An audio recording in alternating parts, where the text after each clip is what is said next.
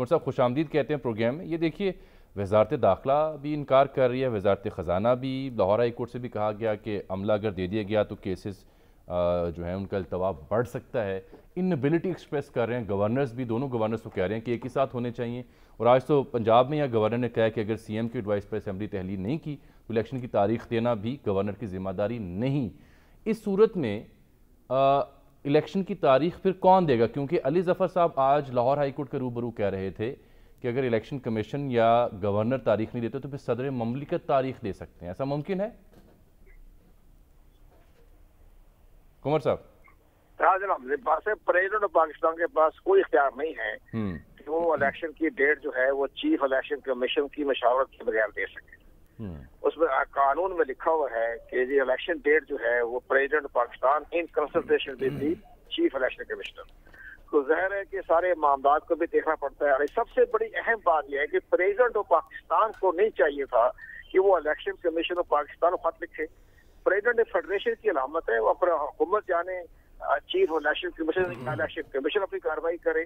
تو یہ پریزیڈنٹ پاکستان کو درمیان میں نہیں آنا چاہیے تھا, یہ مداخلت نہیں کرنی چاہیے تھی. اور اب اس کے بعد آج انہوں نے پرائم منسٹر انہوں نے ex prime minister Imran Khan سے ملاقات کی. یہ بھی پریزیڈنٹ صاحب کے پیراگریٹری میں نہیں آتا کہ وہ ایک ایسے سیاسی رہنما سے ملاقات کرے جو انتہائی کنٹروورشل بھی ہے.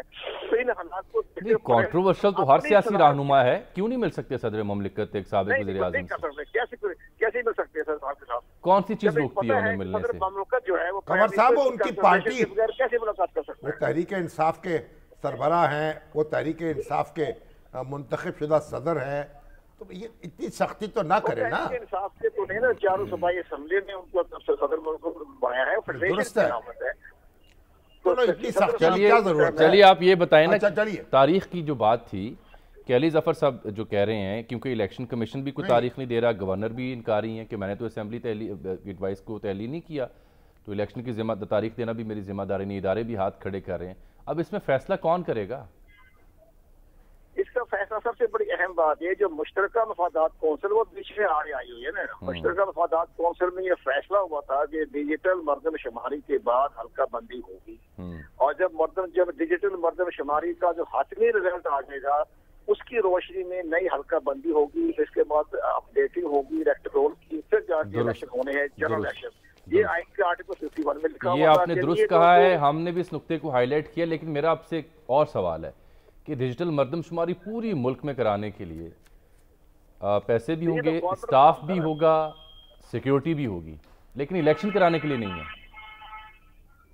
نہیں, الیکشن تو ظاہر ہے کہ جب انہوں نے ایک شرط لگا دی تھی, چاروں صوبائی وزراء کے دستخط بھی ہیں, عمران خان صاحب کے آگے پرائم منسٹر کے دستخط ہیں کہ یہ نئی ڈیجیٹل مردم شماری کے بعد ہی جنرل الیکشن کی حلقہ بندیاں ہوں گی. یہ تو باقاعدہ معاہدہ ہوگی, بلکہ ایگریمنٹ ہوا ہے, اور مشترکہ مفادات کونسل ایک آئینی ادارہ ہے. اور جو ہمارا جو 2018 کے جو الیکشن ہوئے تھے وہ پروویژنل مردم شماری کی بنیاد پر ہوئے تھے. یہ آئین میں لکھا ہوا 51 میں پروویژنل مردم شماری, پروویژنل اس پر لکھا تھا آئندہ جب انتخابات ہوں گے تو نئی مردم شماری کے تحت انتخابات ہوں گے, اس پر حلقہ بندیاں ہوں گی. تو آئین کے آرٹیکل 51 میں لکھا ہوا ہے.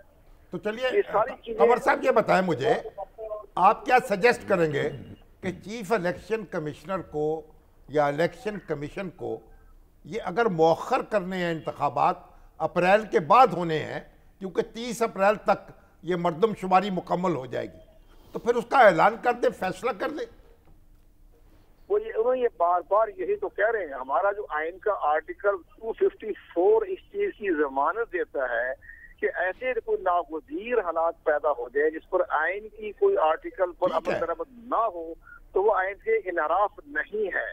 درست ہے, آئین کا آرٹیکل 254 مکمل ضمانت دے رہا ہے. مگر فیصلہ تو کرنا ہوگا نا.